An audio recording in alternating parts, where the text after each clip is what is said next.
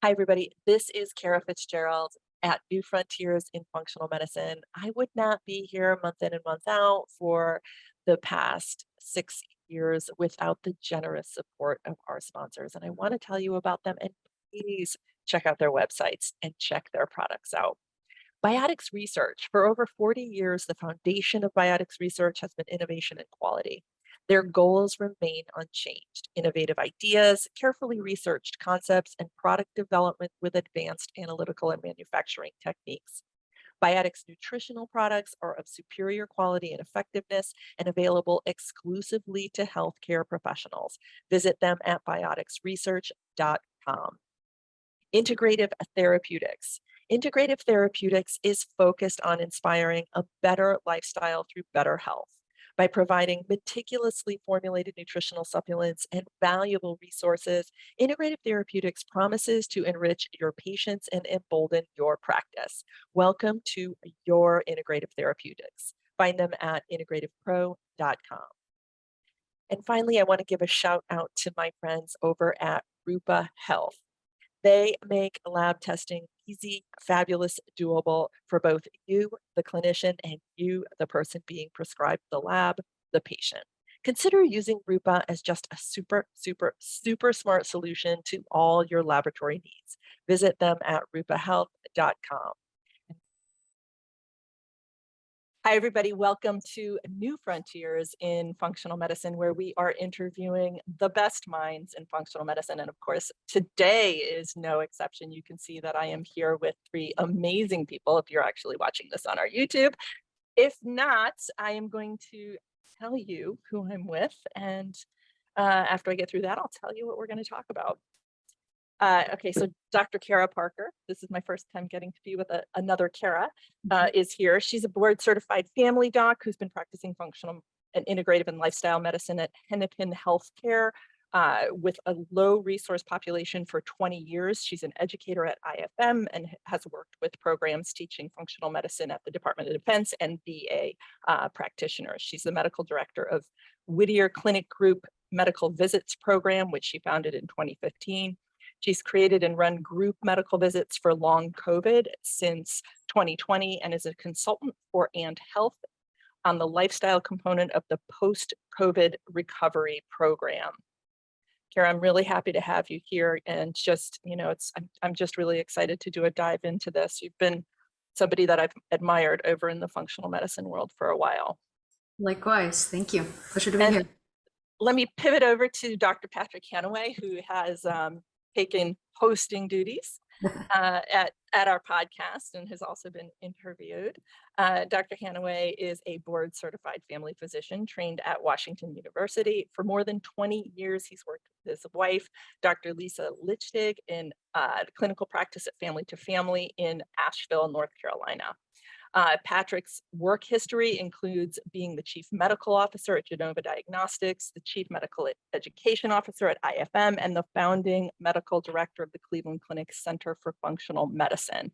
He's published extensively on functional medicine as well as teaching clinicians around the world. His current work integrates research, education, and patient care, focusing on nutrition, the microbiome, and evaluating the value of functional medicine. Dr. Hanaway, it's always amazing to be with you. You, Kara. And we also have Lori Hoffman. She's a seasoned chief executive, board chair, visionary, strategic advisor who has successfully led large-scale strategic, collaborative, and global developmental initiatives for leading functional medicine, professional education, and training organizations, also healthcare systems, entrepreneurs, and industry leaders. She is the immediate past chief executive officer and board chair for the Institute for Functional Medicine, where she served for 20 years. Her 30-year track record of accomplishments is rooted in health and wellness, functional medicine, public health, personalized nutrition, and science-based natural medicine. Lori, always great to see you. And again, just having the three of you here is quite an honor and a delight for me. We're diving into all things long COVID. An important topic, to say the least. The epidemiology, as we'll get into in a minute, is pretty profound, and we need some solutions. And of course, functional medicine has, I think, some light to shine here. So let's just talk about it. Lori, what was your inspiration behind focusing on long COVID? What have you been doing? Who's involved in this? Yeah, thanks. And Kara, thank you so much for having us. We are really happy and excited to be sharing what we've learned and hopefully invite people into this process with us. As you said, it's post-COVID and post-viral syndromes are of a lot of concern. There are no standards of care, as we know, no proven treatment. So thanks again for having us.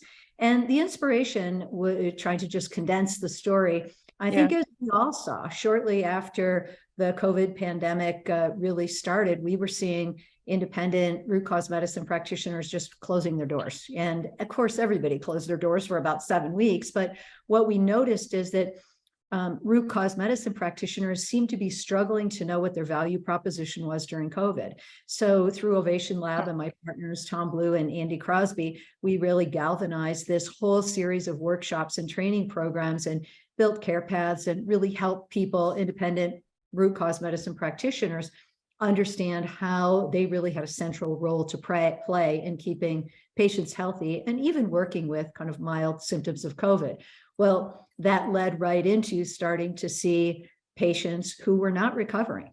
And then we all came to understand the term long COVID. So I had the privilege starting, I think about in November of 2021, and then formally a year ago in January, of having And Health, a company that Tom Blue has been doing some work with, and they're a disease reversal company working with employers and health plans to really bring a virtual disease reversal root cause medicine program to a variety of complex chronic illnesses. So they became enthusiastic about supporting our effort to develop an approach and framework, and then a program and protocol for assessing and treating post-viral syndromes and specifically long COVID. So that was both the inspiration and then the encouragement that we've had, and frankly, the funding support. And the privilege I had was to really choose and select and invite from a wide swath of practitioners and physicians and researchers to come together in a working group to really think about, scour the literature and begin to develop this approach and framework that I mentioned. So people that, including Kara Parker and Patrick Hanaway, but Christine Burke and Michael Stone and Tom Williams and Bob Sheeler and Heather Tick. So there have been quite a number of people that have been involved, as well as you'll hear from Patrick. Us really looking at the researchers and research that was out there that was really taking a look at not just symptoms, but potential subtypes and and mechanisms. So it's been a thrill for us to have the opportunity to dive deeply into this. Maybe the other thing I'll mention, and we can dive more into this a little bit later, the other thing we thought that was really important is that we knew that there's so much that's emerging still around post-viral syndromes that we felt it was essential for us to be able to track outcomes. So in collaboration with National University of Natural Medicine in Portland, we developed a REDCap patient database, and our instruments, as we'll get into, allow us to track a variety of different outcomes measures using validated tools. Awesome. And we'll link to as much of that as we can, maybe the patient registry and how clinicians can get involved, all of that. We would really love to forward the work that you're doing. The only thing that I wanted to comment on with what you said is that initially, when COVID landed here, it was in the functional medicine world that we were rallying to have to figure out how to think about it, and going into the literature and looking at, SARS and MERS and how the heck do we even, arm ourselves with some sort of rationale, some kind of structure of intervention before vaccines, before Paxlovid, et cetera, et cetera. And Patrick was a part of those conversations early on, where we were very actively trying to figure out how to put our arms around this extraordinary pandemic. And then the vaccines have, and then there were some medications. And I know that was when, we got a little bit quiet for a while. Not that we were any less thinking about it, but then long COVID began to emerge. And this, I think, is, we're very much needed. And Patrick, having your brain wrap around, the mechanisms and the various interventions that we can start to tease out in some of the labs, and just, how we can use this functional medicine framework to address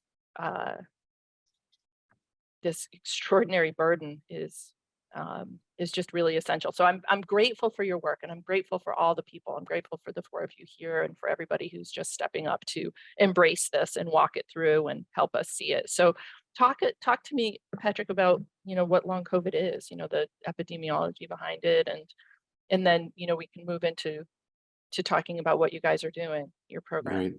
Right. So, there's the definitional aspect that's looking at a post-viral illness and recovery from it. And we can go back to the Spanish flu of 1918. I learned that my grandfather actually suffered from that in World War I, and his long-term sequelae in his life were related to that.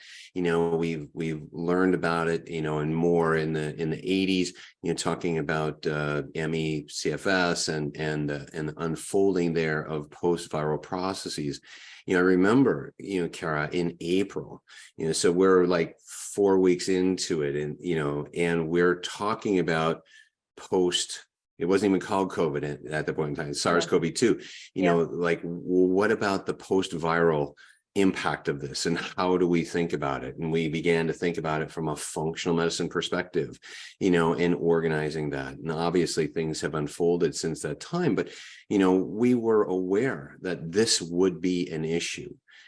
From a month into it, we could see that. And, now we have the data epidemiologically where, as of 2 weeks ago today from the CDC, 103,268,408 people have had reported COVID, but the numbers actually are probably closer to 200 million. It takes a village to make a good podcast, and this one is no exception. I would not be here month in and month out interviewing the best minds in functional medicine if it wasn't for our generous sponsors. I want to give extra shout out to our diamond level sponsors, Rupa Health and Biotics Research. Rupa Health has taken the functional medicine world by storm, because they are taking these functional laboratory testing and making them really easy for us clinicians as well as for our patients. So we know functional laboratory testing is an essential component of our work with our patients. However, the lab testing, quite frankly, is a pain. Collection is different. We have to fill out various rec forms. We're sending them all over the place. We're keeping kits in office, et cetera, et cetera. Rupa Health has streamlined this entire journey, and I love them for it. And if you haven't started to use Rupa Health, you are in for a great, great, great treat. And what we see is that, people continue to have symptoms 15 to 30% at a month. But what we're really concerned about, which is where the definition is, what we're really concerned about is at 3 months, where that number is still 6 to 10%.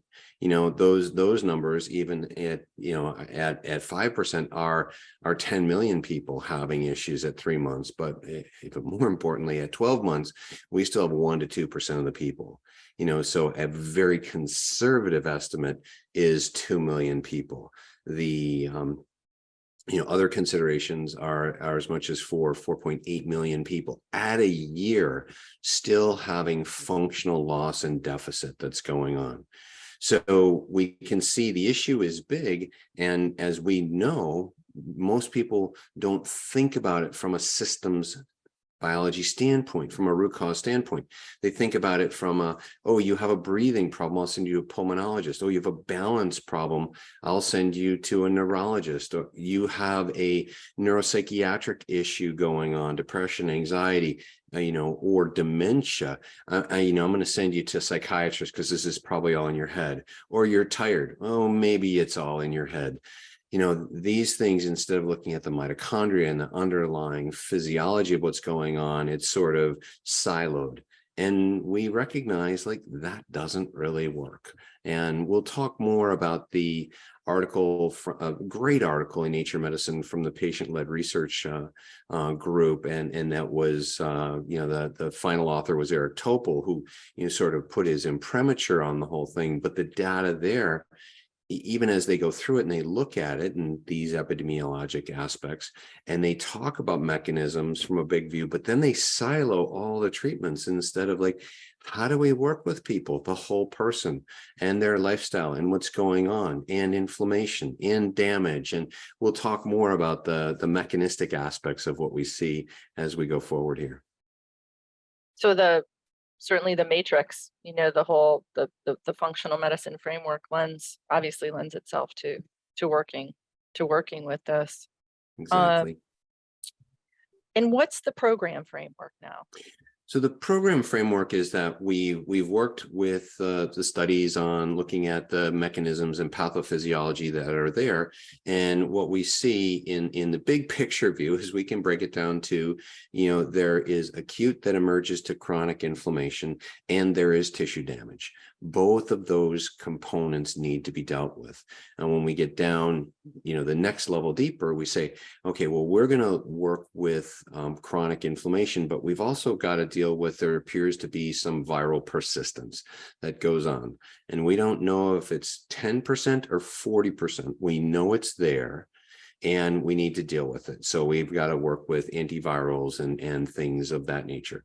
We know that there's a reactivation of things like Epstein-Barr virus, which is the most common finding from Akiko Iwasaki at Yale doing immunophenotyping.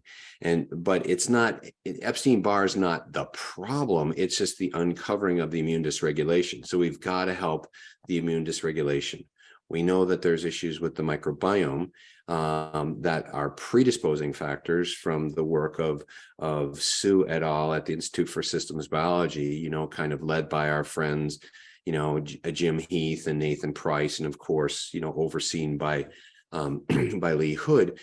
So we're seeing these aspects, and how do we put them all together? So we look at mitochondrial dysfunction, we look at what's happening with the microbiome, we look at what's happening with immune dysregulation and immune treatment that's going on. And we also look at the tissue damage, particularly looking at the endothelium and the role of the glycocalyx and how that has an impact on ACE2 mediated damage. So you got to take care of the damage. And what we see even from HIV, using that as an example, is that even as we get rid of all the viral load, there's still a long-term consequence that goes on. So we need to deal with the immune dysregulation and the damage that's occurring. And so that's where we focus, and we focus in a way that demonstrates, highlights the lifestyle approach, like the nutrition, as we know, Taproot, how people deal with stress, emerging understanding of vagal tone and vagal stimulation, sleep, graded exercise, don't push them too hard, and then targeted supplements, targeted therapeutics that we're using. So that kind of gives you the basic framework of the program. There's plenty of people though who don't have any identifiable viral load, but the approach isn't necessarily going to differ that much once you get into the broader lens. It's that initial antiviral intervention that may be sidestepped, or are you? Well, we're using a 3CL protease inhibitor, a natural one called Bromwell root, that helps to treat that. Now we did a deep dive working with NIH researchers and others, to say, can we actually identify who has viral persistence? And we can't. Okay. No one can. Patterson's group and Iwasaki's group and a group out of Harvard have all tried. We can't figure that out. So we would like to subtype it and say, we're just going to give this to that group, but we can't figure that. No one can figure that out. So we're using that particular component called Tolavid, which is a 3CL protease inhibitor, not unlike Paxlovid, as a part of the program. That's one that is used early, and then it's completed. And then there are other aspects that focus on mitochondria and microbiome and immune dysregulation that we continue on, as well as the lifestyle factors. Got it. All right. Kara, Dr. Parker, what are the main components of your program? So we've gotten some of the mechanistic underpinnings from Dr. Hanway, but what does it look like in action? Unmute. Yeah, so as a practitioner, just to put it in context, if you go to cdc.gov, type in long COVID and say, excellent, show me the guidelines for clinical practice, there aren't any.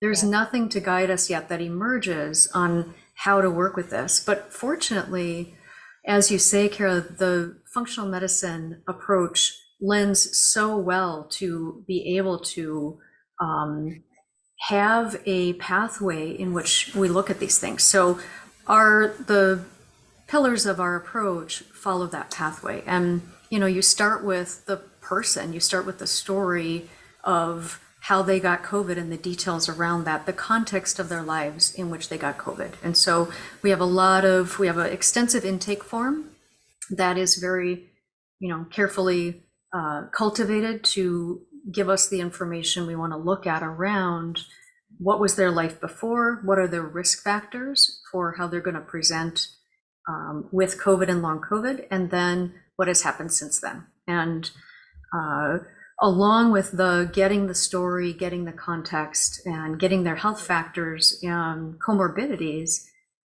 assessment forms. So we've got a number of assessment forms that we have patients fill out at the beginning, and then at 1, 2, and 3 months as they move along through the program. And that allows us to track how are they doing, but also get a sense of really specifically where they are at. And it's been helpful because like other conditions such as Lyme or mold toxicity, when people are so fogged, they have a hard time telling, yeah, I might be a little better here, but not there. And when you actually look at what they say in these forms, you can parse it out better than the person can almost tell you themselves in some ways. Good. Yeah, and so assessments are an important part of that. And then just what is this root cause and how are we going to address that? So you follow the physiology and get curious about it. And we built this program around that. So addressing the oxidative stress and inflammation, the ACE2 tissue damage, the neurologic damage. So we start with lifestyle, which really, as you look at the matrix of, for example, diet, we chose a plant-based, primarily plant-based, but anti-inflammatory diet, and decided to go with Whole30 because it's so well organized, and wherever you are in the world, you can get this information. It's pretty easy to apply. There's a lot of support around it. They have a plant-based component to it. And there's starting to be studies looking at plant-based diet for healing long COVID. That's starting to bubble up now. The reason we also chose it was when you look at who gets sick with COVID and most likely has long COVID, diet definitely plays into that very strongly, and especially, how many plants do people eat versus animal products and things like that. Here is big news. Great Plains Laboratory is now Mosaic Diagnostics. Mosaic Diagnostics is where functional medicine practitioners turn to reveal the complete picture of their patients' underlying illnesses through evidence-based diagnostic testing. Get to know Mosaic Diagnostics by visiting mosaicgiveaway.com. Licensed practitioners can enter to win Mosaic's Business Booster giveaway. It's $875 worth of test discounts, supplements, free educational passes, and a 1-hour massage for your self-care. Visit mosaicgiveaway.com for your chance to win. So the other lifestyle factors. Can I just ask you, Yeah. Diet plays a big role, how many plants versus, are you seeing you're seeing a favorable response tweaking diet with long COVID, with individuals with long COVID? Are people coming in on a certain diet that is a predisposing factor to getting long COVID? I mean, it's like the standard American diet, as it's implicated in everything. Is that something that you're seeing? Or, Yes. okay. Yeah, that the inflammation and oxidation of the standard-based diet is it absolutely is part of the setup, not just having diagnosed diabetes and metabolic syndrome, but literally forkful by forkful, what are you putting in your mouth? How inflamed are you coming in? Even if you don't have a pre-diabetes, diabetes, obesity, hypertension diagnosis. And when we look in our intake form, we actually ask people, how healthy was your diet, with a lot of questions about that before COVID, during and after COVID. And because long COVID symptoms are so debilitating to people, many times people, whatever their diet was beforehand, it actually worsens, even though they wish it wouldn't, because they know they feel better on a better diet. So a lot of our work in treating people is to help them figure out how to do that when they're fatigued, when they have a lot of GI symptoms. Yeah. So really, clearly having that pillar real easy to work with people on and figuring out how to do that is an important part. I call it the central part of this. And you do see when people really make an attempt and get that inflammation down with their diet, they know it, and they speak to the improvement they get. I have had a number of patients over 2 years that I've worked with on lifestyle for long COVID. Diet's the number one thing they call out when they're actually able to do it, helps them. And that was before we pulled together these targeted supplements and added those in addition. We'll talk about those, but so diet is absolutely cornerstone step one. There was a study just published in February 2023 looking at lifestyle and predisposition to long COVID. It actually was part of the Nurses Health study data, and they took the lifestyle from 2015 and 2017. So, and associated it with, if you had 2 unhealthy lifestyle behaviors, you were overweight, had a pro-inflammatory diet, aren't sleeping well, aren't moving, sedentary, smoke, or misuse alcohol. If you have 2 of those, you have a 50% chance greater incidence of being diagnosed with long COVID. That's really interesting to me. Yeah. So you can imagine the unwind of that. There's reasons the physiology is driving that. And then it's our job to help really specifically unwind that. So, another component is addressing stress. And, one of the labs that associates with long COVID is low cortisol. Yeah. I work with a really low resource population, very low social determinants of health, or, and so the chronic stress and that people bring into COVID, let alone during COVID and whatever their story was with how sick they got, and then in their recovery, if you have lower cortisol and really can't dampen that inflammation, then that correlates with long COVID. So helping people really address, their stressors and on a variety of levels is part of the program as well.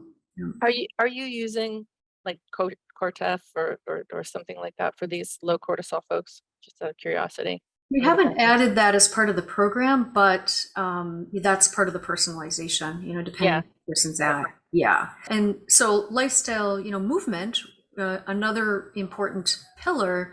And with post-COVID conditions, people a lot of times have post-exertional malaise, right? They're just not exercising in the same way as they were before. So we have resources to help tailor so that people move and do get the benefits of blood flow and exercise, how it hits that web in functional medicine. It addresses everything, right? From helping mitochondria to detox to, basically all components we want to address, but you have to do it really in a tailored, specific way for people dealing with severe post-exertional malaise.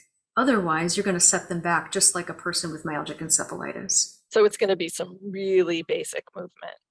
For many. And what I find on the program, though, is once you get the inflammation down with diet, and especially the targeted supplements, I'm getting feedback from patients all the time that they're now able to move more, and how good that feels to them, but also it's a marker of their stepwise improvement. Yeah. So Yeah, so those are, I would say, lifestyle is that central pillar of the program. And then we also go in a targeted way to look and deal with mitochondrial dysfunction, which is something that in standard of care medicine, oh my gosh, I have an easier time teaching my patients what mitochondria are and how they are to deal with than I do with my colleagues, right? But for COVID and long COVID, post-viral syndrome, it's a major player. And many of these things that we're using in our program target the mitochondria. We certainly have people on coenzyme Q10. There are, a lot of the lifestyle is going to target that as well. How are you dosing it? Are you using very high doses or relatively modest amounts? Medium, I'd say. And what I was just going to say earlier was, the Nature Medicine paper and the Topo authored, indicates that a third of the people who have post-COVID don't have any pre-existing conditions, but Kara just pointed to, but they do have the risk factors, that are going on, and sort of this imagining that it happens out of nowhere, and it doesn't happen out of nowhere. It happens because there's an imbalance, and then it's playing off of that imbalance. By the way, folks, I will absolutely link to the Nature paper, and it's it's just really amazing. It's worth your read. It's worth your read if if you're a clinician and you're addressing this in practice. I think it's an amazing framework, and it's also worth it, if you're somebody struggling with this and want to understand a little bit better this systems lens. I just wanted to say I have a couple of thoughts, and before I get into my thoughts, again, for show notes, you guys, we're going to link to where this program is, how you can find them. Certainly, as people were listening to you speak, Kara, they were wanting to access this. I know it, and so all of that will be available to you over on the show page. In our patient load, the people who come to seek us out, we see elevated Epstein-Barr titers. I mean, routinely, right? We're looking for those, and we see them in our patient population. We see low cortisol. I mean, all of this stuff is de rigueur in functional medicine. We look at it time and again. And so as I'm reflecting, listening to what you guys are teasing out, I'm thinking about, long COVID in my patient population who have these pieces, and I haven't seen it a lot. And I'm wondering if you are and this is because they've been doing their functional medicine work for a long time. I mean, that's the difference. So we're building in some resilience to this vulnerable population. I'm thinking one woman in particular who I just met with recently, and she's got a little bit, but if she hadn't found functional medicine 6, 7, 8 years ago, she among other people that I can think of, actually myself included, I reactivate Epstein-Barr, or I have. We would be seeing it in our patient population. So I guess one of my thoughts are, and it's probably not logical at this point, but have you looked? Is it something interesting to see whether functional medicine was working, the incidence of long COVID and in functional? Yeah. Go ahead. I can comment on that. Yeah. Oh, I was just going to make an overarching comment, and then Kara, you and Patrick can chime in.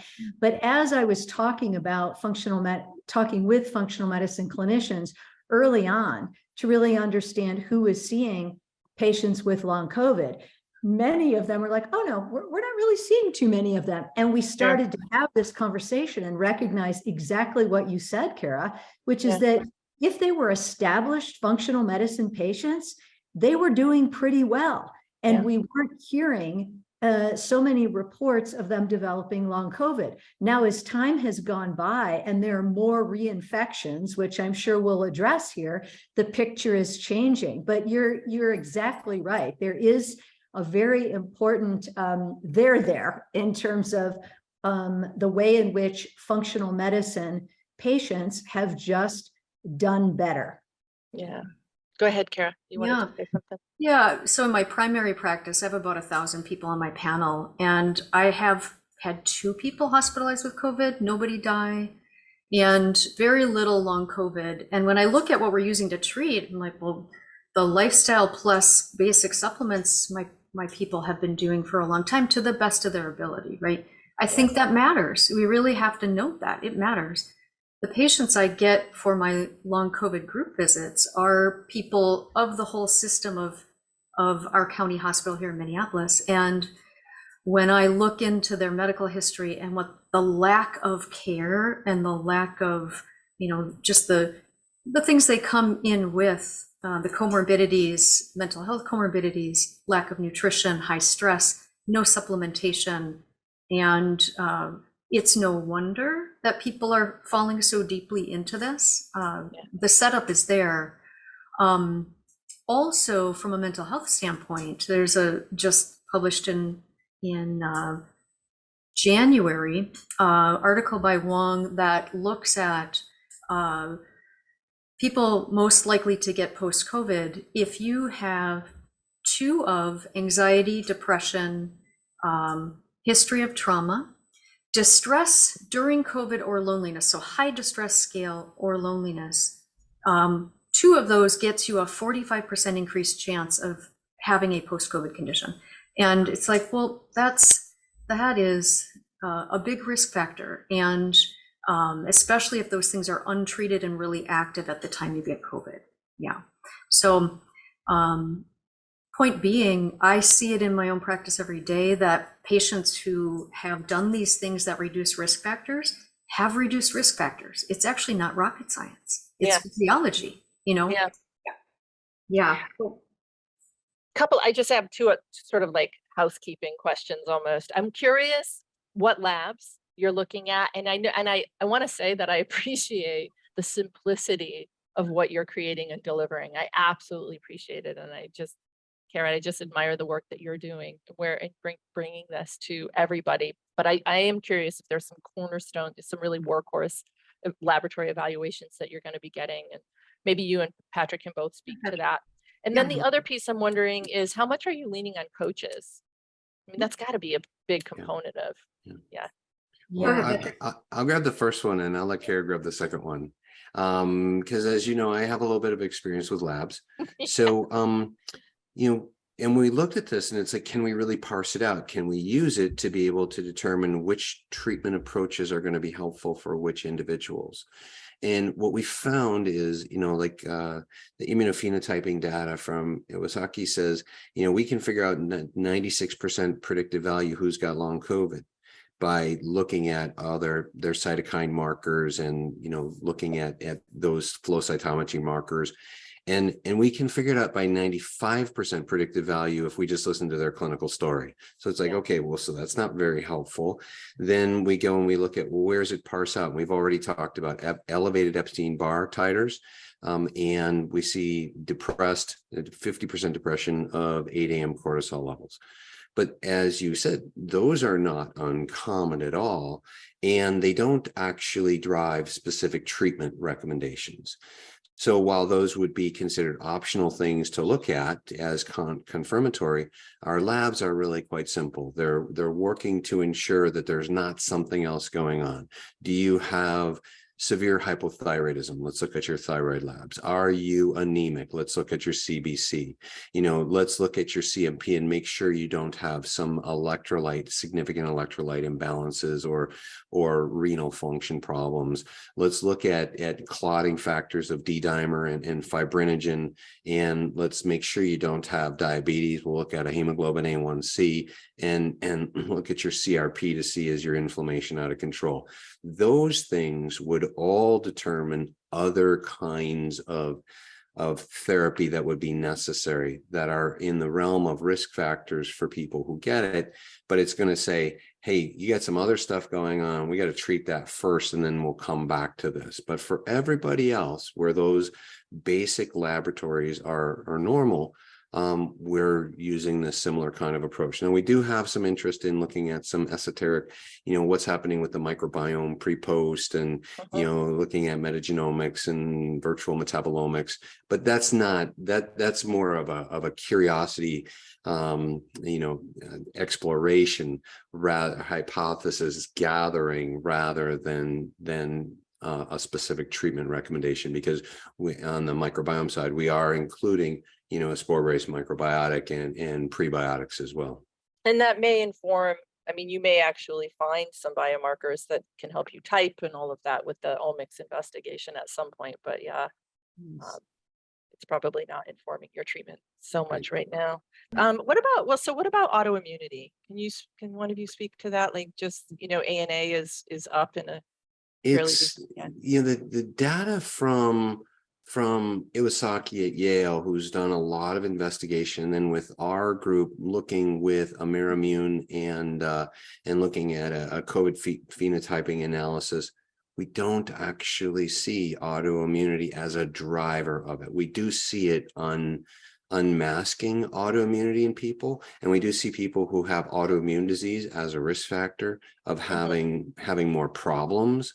But it's not as though COVID itself, SARS-CoV-2, is driving autoimmune problems. And there are no specific autoimmune markers like an ANA, and we've looked at that are predictive for this population. Which actually must come as a relief for people. I mean, there was so much anxiety around that. Yeah, for some and not for others, perhaps. I agree. Did you want to comment anything, Dr. Parker, on that? No, just always good to not have autoimmunity, specifically involved. So that is a relief. It's a relief as a practitioner too, honestly. Yeah. And there was tremendous anxiety around that. Kara, Did can you want to? explain? Yeah. Sorry, Sure. and I know Yeah. you want to have Kara talk about the group visit component, which is enormously important in coaching. But I do want to say, we don't want to leave an incorrect impression that, as Dr. Parker said, that lifestyle and nutrition and diet is very much at the center of this, along with all of the other important lifestyle components and those things that specifically relate to post-viral conditions. But also, when this team really came together, we were able to invite them to go out and really take a look at, are there targeted specialty nutritional supplements that we might select specifically to address our understanding of the primary drivers and perpetuators of long COVID. And as Patrick said, those are primarily ACE2 tissue damage and immune dysregulation and inflammation and disruptions to the gut and microbiome. And so the team did choose completely independently, with not being seeded with anything, very specific products. So I would say that the other supplements, even mentioning coenzyme Q10, for example, there are some other foundational supplements that are recommended. And for many of the functional medicine patients, they're already taking them, right? So what we have found, and here's where Kara and Patrick can really talk about this, is these specialty supplements have made a huge difference. Now, this is where we're collecting data in the registry. We'll be evaluating it. We will be learning more, but I'm sure Kara and Patrick can both just give you a couple of examples if it's helpful, that, as Kara said, front end loading and really working with people with their diet first. But then we have found that we have needed to have something else to kind of change the trajectory. I think more than 50% of the patients that are in our registry have had long COVID for a year or more now. Yeah. Patrick, you want to go do the supplements, what they are? Why don't you talk about the coaching piece first, and then I'll talk about the supplements. Yeah, well, coaching, I think that's really what you're talking about, is we can have great information on how lifestyle and changing these things, plus taking these supplements, will give some improvement to your post-viral symptoms. But how do you get people to do that? And it's humbling that as a practitioner, seeing patients one-on-one, once a month at the most, probably, to a couple times a year. Group visits, we get to see them weekly. But the healthcare change happens day to day at home. And that's where it's ideal to use coaches. So, there's Functional Medicine Coaching Academy. A lot of people listening who are practitioners may have access to health coaches. We don't have health coach access here at our institution. We don't have one on staff, but we use students, and their final project is doing a 4 to 5 week health coaching, and I grab them. They're going to be working with our long post-COVID patients with anti-inflammatory diet, Whole30 diet, starting actually on Monday. So I think it's a really needed, because taking the knowledge and applying it in your life with post-COVID in particular, when people are needing a lot of support and aren't really as able to be in their lives. So how do you get to the grocery store when you're so tired? There's a lot needed to figure the details out of applying the program. So it's a Absolutely. fabulous way to use a health coach. It just strikes me as it has to be just essential, and I'm glad you're grabbing the students. That's what we do here. We have an internship program with nutrition, with CNS nutritionists, and absolutely they're helping us, in the trenches. Yeah. Hey there, listeners. It's your host, Dr. Kara Fitzgerald. I have a question for you. How much time do you spend ordering functional lab tests for your patients? I bet it's a lot. Ordering from multiple lab companies for hundreds of patients can quickly turn into hours of admin time. But there's a new way to order lab tests I'm excited to share with you. Rupa Health is a tool that lets you order from over 30 specialty labs in a single portal. You can order all the tests you normally do from companies like Dutch, Vibrant, Genova, and Great Plains, and so many more. Imagine you're ordering a hormone panel for a patient that includes tests from 3 different labs. You have to log onto 3 different websites, place separate orders, come back weeks later to check on tracking numbers, download results, et cetera, et cetera. Rupa eliminates all of that by having all ordering, tracking, results in a single place, and they also handle invoicing, tracking shipments, automated follow-ups, personalized instructions for completing tests, and much more. The best part about Rupa is that it is free for you. Go to rupahealth.com, that's RUPA health.com, and join a live demo or sign up to see how it works. Now let's get back to today's show. Okay, Patrick. Well, Lori talked about kind of the foundational supplements that were used in the foundational tools, and that is first working with this 3CL protease inhibitor Tolivit, developed out of Israel, and something that we looked at and we said, well, can we use some other antiviral? Would that work? But we continue to find in our beta testing that this is a critical tool for people, and it seems to be acting in twofold. One, around those where there is a viral persistence, but it also seems to be helping with the viral reactivation of the herpetic viruses like Epstein-Barr. So people are feeling better with it. And if you had COVID for less than a year, we give it for 10 days. If you've had it for more than a year, we're giving it for 20 days. And then we'll be evaluating people after that period of time. So I've had patients where, I've given it for 20 days and they feel great. And then, by day 25, they're like, okay, I was 90% better. Now I'm 80% better. And by a month and a half out, now I'm 50% better. And it's like, when we reapply this 3CL protease inhibitor. So that's one agent. We use an anti-inflammatory, and the anti-inflammatory that we're using, we looked at all the different kinds of things that are available around curcuminoids and different aspects, but we find, if you recall, that one of the pathways on the NLRP3 inflammasome that was affected was beneficially helped by Chinese skullcap, Scutellaria bicalensis. Yeah. And so we're using an anti-inflammatory that has that as the primary focus of it. It's got boswellia and curcumin and other aspects in it as well, but that's where the focal point of the anti-inflammatory is. We are working with a rhamnosus sulfate, from algae that is helping to be able to help with the vasculature and the endothelitis that's gone on, that the tissue damage that's primarily ACE2 mediated. You know this one well, Kara. You were talking about this very early on, what we need to do. And we'd like to think that we don't have to continue to do that because there's not persistent infection, but the damage has already occurred. And so we have to take care of the damage that's occurred. And then finally, we're working foundationally with a spore-based probiotic initially, and then with a prebiotic to help bring shift back to the overall microbiome. So those are kind of the really focused aspects, in addition to those things that are going to be able to help the mitochondria, help the overall balance, using an omega-3 fat, using quercetin, using magnesium, things that are sort of baseline for us as functional medicine practitioners. Yeah. Oh, well, I want to say one other thing, and that is that we looked at, well, what about mast cell activation? And, do we go with luteolin and other aspects there?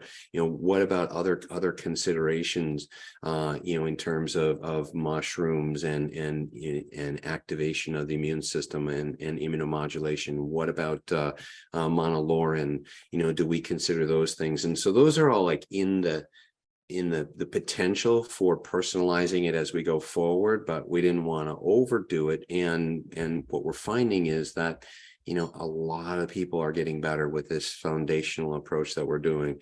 So we'll have other tools that we can use in the future as we personalize, but we don't need to do that right up front. I get it. And I appreciate that. I appreciate it. We just, in this population in particular, we just need to keep it simple. And so the fact that you're getting good outcome with this, simple approach by functional medicine standards, it's still, there's still a lot going on. Vitamin D, vitamin D has gotten more attention than probably any other nutrient. Is this a part of the core protocol? Didn't mention it. Yeah. Labs in the protocol. It's I in bet there. I would be pinged on that. Okay. And we do measure vitamin D to figure out like at what levels do you need, so if your vitamin D levels are in a great range, you don't need vitamin D or any more than you're currently taking. Yeah. And so it's really kind of a stratified approach. Good. Okay. And vitamin D levels, what, around 50 or so, 50 to 70? At least 50. Yeah. Yeah. Okay. Anything to add to that, Kara? Did you want to say anything? Yeah, I think thinking about what patients experience when they put these products in their bodies, so I've had worked with people on lifestyle for 2.5 years now. And let me just jump in. I'm sorry. I'm going to just, I want you to talk about outcomes. So I want to hear the individual pieces from the patients, but you can also just kind of fold that into the data you've been collecting and what you've actually been seeing in the registry. So go. Perfect. Yeah. Well, qualitatively, I would say that right now I have a group of 13, and every single one of 13 people, as they're on week 3 or so of this targeted supplement protocol Patrick just described, plus a requirement for them to do that is that they'll do their best to follow a Whole30 diet. So about a month on Whole30 and 3 weeks on a targeted supplement. And people are thinking more clearly, their pain is down, they're sleeping better, their mood is describably better, their post-exertional malaise down. It's just really fun to hear feedback. I had a physical therapist who works in our COVID clinic message me and say, I'm seeing a number of your patients that are on your protocol, and how do we get this for more people? Because I've been working with them for a year and they are different now. They're different, and including oxygen saturation. So person yesterday said, when I go do PT, my oxygen with minimal exertion went down below 82 and they'd make me stop. Now I'm 92 or above, and I'm doing a lot more just on 3 weeks of adding the supplements plus the diet. So we're getting some real specifics like that. POTS, people describe their tissues being doughy, inflammation and swelling, as well as just the tachycardia, dizziness, and all that. And they're starting to shift with the supplements. So, and the approach. Yeah. When they, worked for a couple of years with experts with having salt and compressive stockings and physical therapy and doing everything they could. So it's very encouraging. It's incredibly encouraging. That's so great. And Lori or Patrick, do you want to add to that? Well, I might just say something about, and then Patrick can give some specific outcomes statistics. But we talked about the Red Cap patient registry, And Mhm. so the intake form that Kara mentioned earlier, we adapted from the WHO Global Symptoms Survey. And then we built this tool that's called a timeline and progression of symptoms that, again, as Dr. Parker said, we're looking at sort of health status before they had COVID, then when they had COVID, what has persisted, what's gotten better, what remains. And we look at that every month, baseline 30, 60, 90 days. But in addition, we chose to validated instruments to include in the registry, the Promise 29 and the post-COVID function scale. And we had really our first opportunities a few weeks ago to pull some data from the registry from the Promise 29 outcomes. And I know I was surprised, surprised that it was that good. I think something Patrick can talk about it more specifically, but one of the things that we didn't really understand or appreciate how important it was going to be on the front end was choosing Promise 29 and the way that those domains line up with many of the mental health and other symptoms that we're seeing in long COVID. So it turns out to be a very important tool for us to use to evaluate outcomes. But Patrick, you can say more specifically what we're starting to see from the registry. Sure. So just in terms of Promise, those patient-reported outcome measures, and as you know, I've been a big proponent of Promise 10 and, included in clinical practice and the work we've done at the Center for Functional Medicine. But what we recognized is that we needed something that was a bit more expansive than the simple 75-second 10 questions looking at kind of global mental health and global physical health. And so in using the Promise 29, that's looking at measures of fatigue, of pain, of anxiety, of depression, of social disturbance, of physical health and well-being, as well as social well-being. And so all of those, so we have measures of each of those independently within our REDCap registry to be able to do that. Biotics research, I've been using them in practice my entire career. I know my good friend Alex Vasquez is a product designer over there, and he puts together some brilliant formulations. In fact, lots of people participate in their fabulous designs. They have some of the best gut botanical combinations out there that have been researched as effective in IBS. We use them in SIBO. They have perhaps the best form of oregano oil, ADP. It's an enteric coated product that we've been using in practice since it was first released. They've got serum bovine immunoglobulin. They've got a host of fabulous probiotics with good efficacy and adequate potency, sufficient potency. So anyway, check them out. And so what that does is it helps to define. Some people are having problems with anxiety and depression, and we see a significant shift there. Some people are having problems with fatigue, and we see shifts there. It's not an outcome that is easy, but, I have one patient who is like incredibly healthy, doing HIIT workouts 3 times a week and doing these things up until he got COVID. And now he can't move. He can't walk up 2 flights of stairs, but his measures look okay because his activities of daily living, he's a high functioning corporate executive who flies around the world, but he can't actually, he was in a we call it a charitable softball game, and he couldn't run from first base to second base. And this is a guy who's a triathlete, and so he started the program, and he's like, all of a sudden, 10 days in, he's like, I can start doing this. I'm like, slow down, don't go too fast. But he's got his life back. So on the outcome measure, it doesn't look great for him because he was already pegged at the far end. But for many others who are having fatigue and depression and anxiety, we're seeing shifts that are moving them from, the 4th percentile to the 70th percentile.